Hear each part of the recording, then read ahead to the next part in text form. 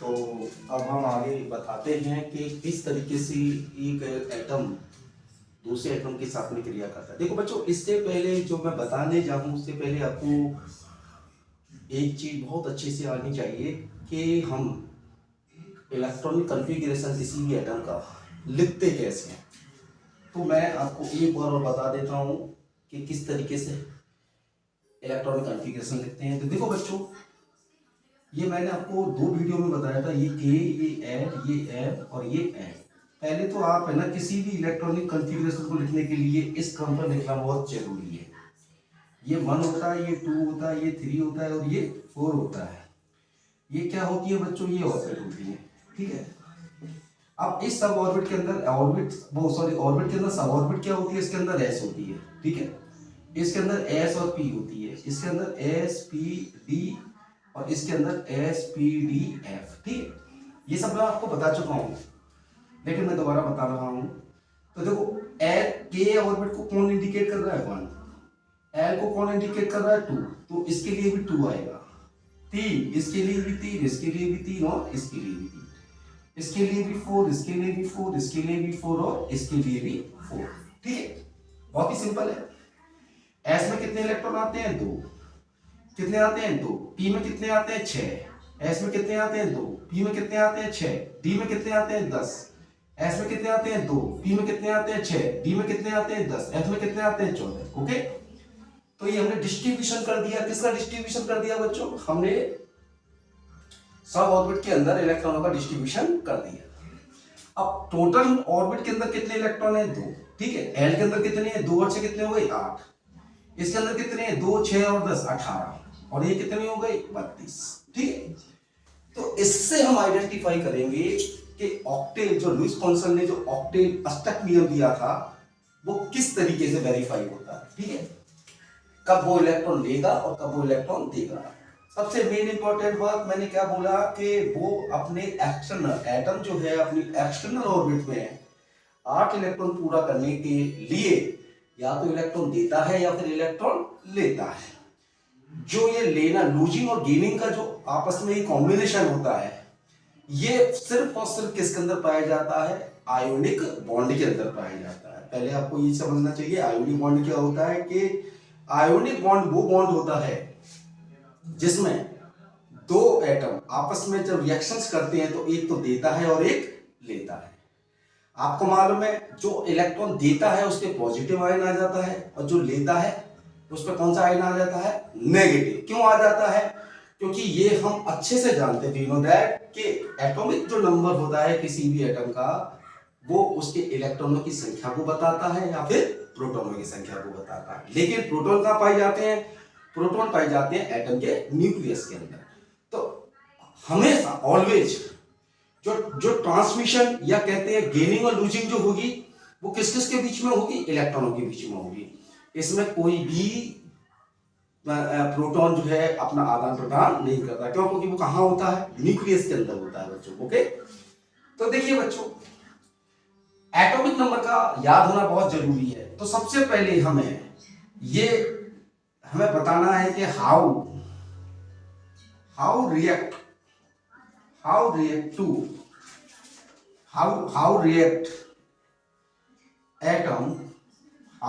Atom कि किस तरह से एटम रिएक्ट करते हैं, एटम।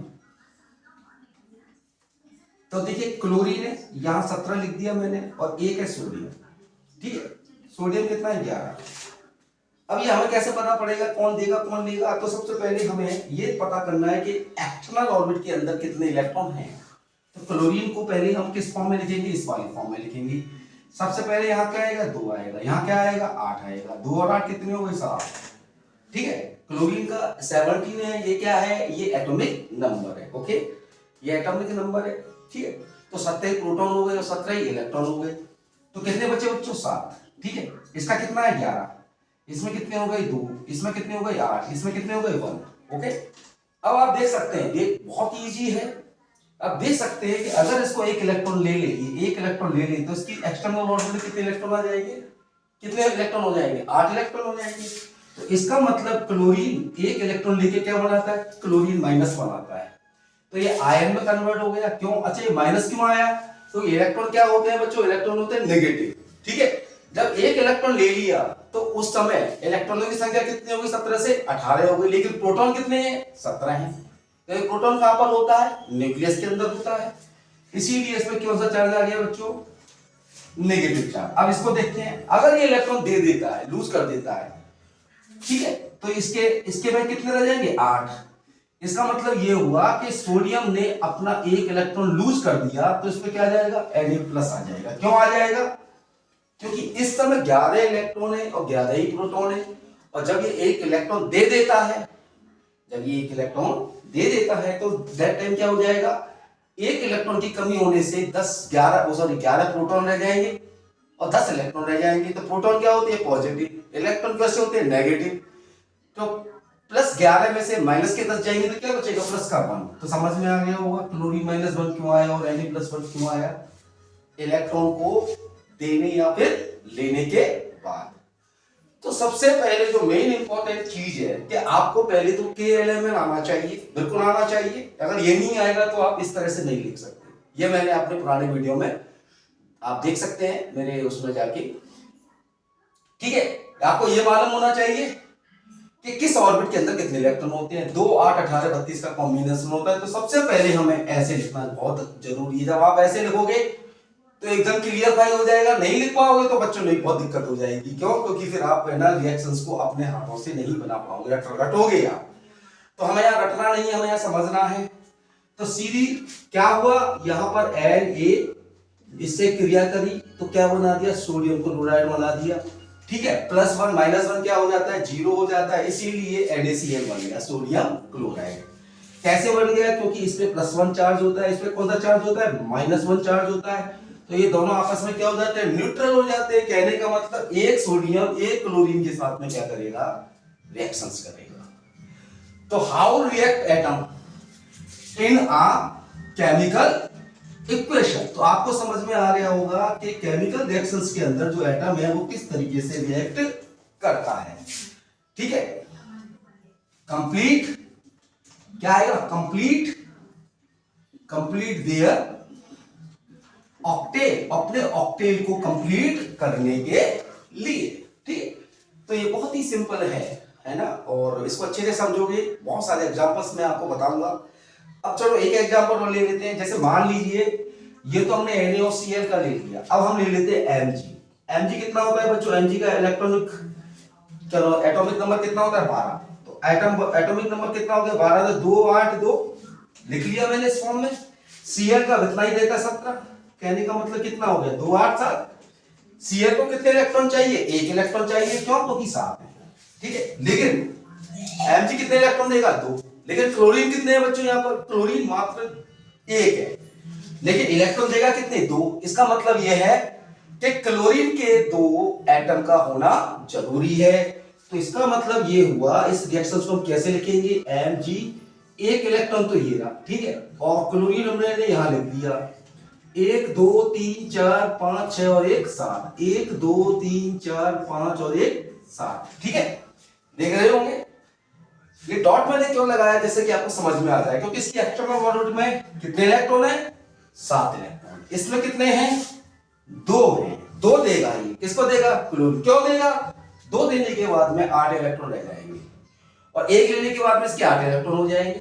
ठीक है, हो जाएंगे नहीं हो जाएंगे? तो 1 इलेक्ट्रॉन तो कहां चला गया? इधर चला गया। 1 इलेक्ट्रॉन कहां चला गया? इधर चला गया। तो क्या बचा? क्या बना बच्चों? MgCl2, magnesium chloride. ऐसे बनता है। इसको डॉट स्ट्रक्चर्स बोलते हैं। एटम का डॉट स्ट्रक्चर कॉन्फ़िगरेशन या डॉट स्ट्रक्चर के नाम से जाना जाता है, और ये बहुत ही इंपॉर्टेंट है। अगर ये आपको अच्छे से आ जाएगा समझ में, तो आगे की चीजें बहुत ही सिंपल हैं। तो आज मेरा जो कॉन्सेप्ट था बहुत ही सिंपल कॉन्सेप्ट था कि किसी भी केमिकल रिएक्शंस के अंदर जो एटम है वो आपस में क्रिया मतलब रिएक्शंस क्यों करते हैं। तो सबसे पहली इंपॉर्टेंट चीज है, लुईस पॉन्सल ने अपना एक नियम दिया था, लॉ दिया था। उसने ये कहा था कि 1 इलेक्ट्रॉन देता है और 1 इलेक्ट्रॉन लेता है। देता क्यों है? लेता क्यों है? अपने ऑक्टेल को कंप्लीट करने के लिए। और जो ये प्रोसेस है, ये प्रोसेस क्या कहलाता है बच्चों? ये प्रोसेस कहलाता है आयोनिक बॉन्ड। क्या कहलाता है? Ionic bond. आयोनिक बॉन्ड क्यों बोला जाता है? क्योंकि एक के पास चार्ज होता है प्लस और दूसरे के पास में क्या चार्ज आ जाता है? माइनस। तो that is why we can say that, हम कह सकते हैं ये कौन सा बॉन्ड है? आयोनिक बॉन्ड है। ओके, इससे पहले भी बहुत सारी चीजें आपको समझना बहुत जरूरी है। देखो बच्चों, ये केमिस्ट्री एक ऐसी मिस्ट्री है, अगर आप इसको अच्छे से समझोगे का कॉन्सेप्चुअल, इतना इजीएस्ट है केमिस्ट्री। ये मैं सभी बच्चों से बोलता हूँ कि जिसकी कोई मतलब मैं क्या बोलूँ, मतलब इससे इजी सब्जेक्ट कोई है नहीं है, लेकिन अगर समझ में नहीं आया तो सबसे टफ है ना? क्योंकि ये इस पे मैंने बहुत ज्यादा स्टडी की, जब मैंने पता किया कि कैसे, क्योंकि किताबों के अंदर बहुत हायर लैंग्वेज में दे रखा है, आपको समझ में नहीं आएगा। यहाँ वेरी सिंपल आपको मैंने की एलिमेंट बता दिया। ये सबसे पहले सबसे बेसिक चीजें हैं एटम जो मैंने, आप देखना, बार बार देखना, ऑर्बिट क्या होती है, सब ऑर्बिट क्या होती है, इलेक्ट्रॉनिक कॉन्फ़िगरेशन को हम कैसे लिखते हैं तो मैंने लिखना बता दिया। ये प्रिंसिपल क्वांटम नंबर से इंडिकेट होता है, तो 1 है तो 1, ये 2, ये 3 है, ये 4, तो 4 मतलब इसको 2 से रिप्रेजेंट हो रहा है तो ये भी 2 से रिप्रेजेंट होगा, ये भी, ये 3 से, ये भी 3 से, ये भी 3 से, ये भी 3 से, इस तरीके से हम आगे बढ़ते चले जाएंगे। तो ये बार बार मैं रिपीट क्यों कर रहा हूं? जिससे कि आपके दिमाग में, आपके माइंड में एक बात फिक्स हो जाए कि एक इलेक्ट्रॉन, एक एटम एक इलेक्ट्रॉन देता है, कब देगा ये हमें देखना पड़ेगा इलेक्ट्रॉनिक कॉन्फ़िगरेशन से, बिल्कुल ऐसे जैसे कि ये मैंने लिखा है। जब तक आपको इस तरह से लिखना नहीं आएगा तब तक आप किसी भी एटम की केमिकल रिएक्शंस को नहीं कर सकते। अगर करोगे तो रटोगे, तो रटना नहीं है बच्चों, यहां हमें समझना है। ठीक है बच्चों, तो एक एग्जांपल और ले लेते हैं। जैसे मान लो एल्युमिनियम है, ठीक है, एल्युमिनियम 30 और ये यहां पर क्या है? क्लोरीन 17। ठीक है, अब एल्युमिनियम को इस फॉर्म में लिखो पहले, तो इस फॉर्म में लिखेंगे तो क्या आएगा? 2 8 3 आएगा, बिल्कुल आएगा। और ये तो उसका रहता है, ये 2 8 7। बहुत ही सिंपल है, मैंने क्या बताया था, एल्युमिनियम में से अगर 3 इलेक्ट्रॉन ये मतलब दे देता है, लूज कर देता है, किसको? क्लोरीन को, तो क्या बना दे, ये क्या क्या क्या क्या रह जाएगा इसके पास में? 8 रह जाएगा। ये ले लेगा कितना? 1 इलेक्ट्रॉन लेता, देगा ये कितने? 3। इसका मतलब इनकी जो क्रिया है एल्युमिनियम 1 2 3 इलेक्ट्रॉन, तो क्लोरीन एटम कितने होंगे? क्लोरीन एटम होंगे 3। कितने होंगे? 3, क्योंकि 1 इलेक्ट्रॉन लेता है क्लोरीन और ये कितने दे रहा है? 3। तो बैलेंस करने के लिए हमें 3 क्लोरीन एटम लेने पड़ेंगे। एक कहां चला जाएगा? इसमें। एक कहां चला जाएगा? इसमें चला जाएगा। ठीक है, ये इसमें चला गया, इसमें चला गया, और एक कहां चला जाएगा? एक इसमें चला जाएगा, है ना? तो आप देख रहे होंगे कि सबके पास में कितने इलेक्ट्रॉन आ गए? 8 इलेक्ट्रॉन आ गए। ठीक है, 8 इलेक्ट्रॉन का कॉम्बिनेशन बन गया। तो ये क्या बनेगा बच्चों? ये बनेगा AlCl3। ठीक है बच्चों, तो इसमें एक चीज और मैं बताना चाहूंगा, कई बच्चे सोच रहे होंगे सर Al की तो Al+1 भी होती है। यस, Al की Al+1 भी होती है। वैलेंसी बोलते हैं इसे, कि वो एक इलेक्ट्रॉन को डोनेट करता है और दूसरी बात में वो 2 इलेक्ट्रॉनों को डोनेट कर देगा, तो दोनों ही वैलेंसी होती है। Al+3 भी होती है और Al+1 भी होती है। तो बच्चों आज के लिए मैं समझता हूँ बहुत ज्यादा लंबी क्लास में इसीलिए नहीं लेता क्योंकि आप बोर ना हो जाए। ठीक है, और मेरी बस ईश्वर से यही प्रार्थना रहेगी कि जो भी मैं यहाँ मेहनत करा रहा हूँ वो आपको समझ में आए, अच्छे से आए। अगर कोई चीज़ समझ में नहीं आती है तो मेरे कमेंट बॉक्स में आप चैनल जहाँ पे बना हुआ है मेरा मैडी केमिस्ट्री एंड फिजिक्स वाला, उसमें आप जाके कमेंट में लिख सकते हैं कौन से सुधार करनी चाहिए, वो सारी चीज़ें आप बता सकते हैं। ठीक है, अगर आपको कोई दिक्कत आ रही है तो आप कमेंट बॉक्स में अपना क्वेश्चन को लिख के आप डाल दीजिएगा, मैं रिप्लाई दूंगा, अवश्य दूंगा। तो इसी के साथ मैं आज की क्लास में ऑफ करता हूँ। जय हिंद बच्चों, धन्यवाद।